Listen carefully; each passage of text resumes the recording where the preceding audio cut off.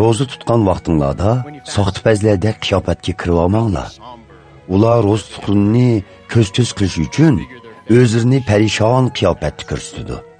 Shuni bilib qo'yinglarki, ular shundoq qilib boshqalarning hurmatidan boshqa hech qanday inomga erisholmaydi. Sizlar roza tutganda chechinglarni maylab, o'zinglarni tuzashtirib yuringlar. Shu chaqda faqat arshdagi ko'rinmas otanglardan boshqa hech kim roza tutganliginglarni sezolmaydi. Buning bilan sizlarning yoshrin qilayotgan ishinglarni bilib turadigan arshdagi otanglar jazman sizlarga inom beradi.